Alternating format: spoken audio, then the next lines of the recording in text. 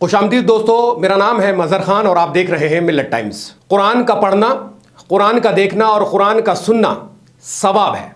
उत्तर प्रदेश गाजियाबाद में एक सोसाइटी है चित्रावन के नाम से, थाना क्रॉसिंग के पास। मुसलमानों में कुरान खानी को लेकर बहुत सारी चीज़ें होती हैं।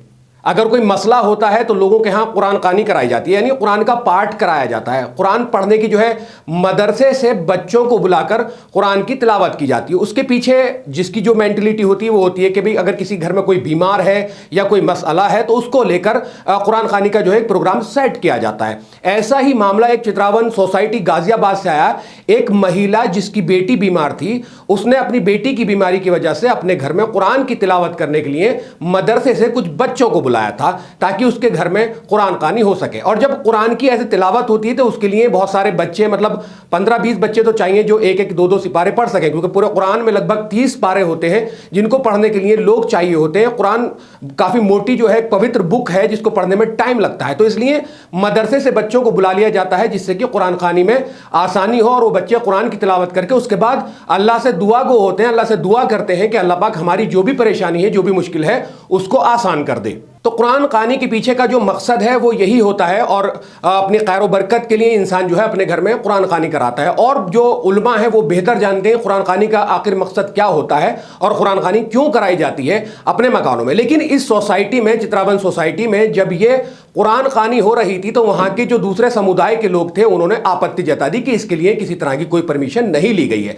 अब कुरान खानी के लिए भी क्या ही परमिशन ली जाएगी? अगर मैं मुसलमान हूं, एक समुदाय से आता हूं, अल्पसंख्यक समुदाय से आता हूं और मुझे कुरान खानी करनी है तो इसके लिए परमिशन की मुझे नहीं लगता कि जरूरत है या मुझे परमिशन लेनी चाहिए। मेरा जो धर्म है, मेरा जो इस्लाम है, मेरा जो दीन है वो मुझे इसकी इजाजत देता है कि मैं अपने घर में कुरान शरीफ पढ़ सकता हूं या कुछ मदरसे के बच्चों को बुलाकर कुरान खानी करवा सकता हूं। और उसमें अगर मेरा कोई बीमार है और मुझे लगता है कि कुरान खानी की बरकत से, क्योंकि कुरान के अंदर बहुत सवाब है, कुरान का पढ़ना, देखना, सुनना, तमाम चीजें जो है बहुत सवाब है, तो इसको लेकर मुसलमानों की एक आस्था जो है वो उसमें है। उसी को लेकर उस महिला ने अपने घर में कुरान खानी कराई थी।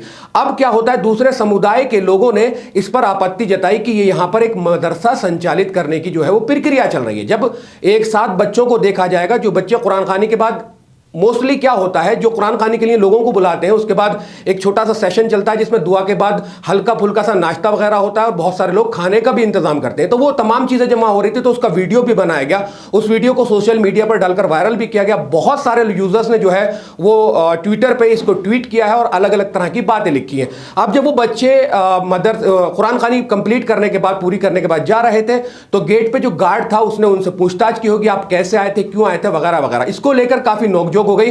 पुलिस एसपी ने क्या कुछ कहा है वो आप इस वीडियो में सुनिए। उनकी झड़प को लेकर उसका मामला भी दर्ज हो गया है और पुलिस ने यही कहा है कि आगामी जो कार्रवाई है उसकी तैयारी की जा रही है। और इसमें यह बताया जा रहा है कि गार्ड के साथ मारपीट हुई है। इसमें कितनी सत्यता है, कितनी सच्चाई है, ये तो जब इसकी तस्दीक होगी, जानकारी ली जाएगी, जब निर्भर करता है कि वाकई ऐसा मामला हुआ है या नहीं हुआ है। लेकिन पुलिस के पास जो मामला दर्ज हुआ है वो यही हुआ है कि गार्ड के साथ बदतमीजी की गई है, गार्ड की पिटाई की गई है। देखिए क्या कुछ पुलिस ने बयान दिया है। तो चित्रावन सोसाइटी थाना क्रॉसिंग रिपब्लिक क्षेत्र के गार्ड के द्वारा लिखित तहरीर थाना पे उपलब्ध कराई गई, जिसमें उसके द्वारा आरोप लगाया गया कि उसके साथ कुछ लोगों के द्वारा मारपीट की घटना कारित की गई।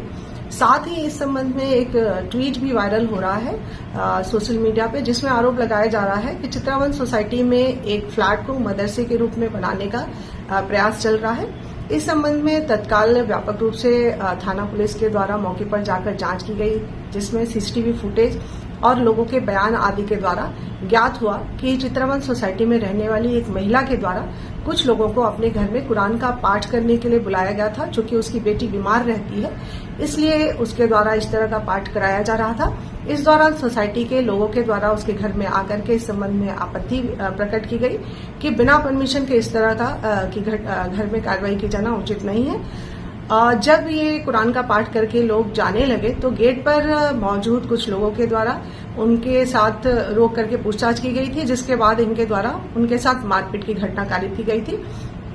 इस संबंध में थाने पे तहरीर प्राप्त हो गई है, उचित धाराओं में मुकदमा पंजीकृत कराया जा रहा है और अग्रिम वैधानिक कार्रवाई की जा रही है।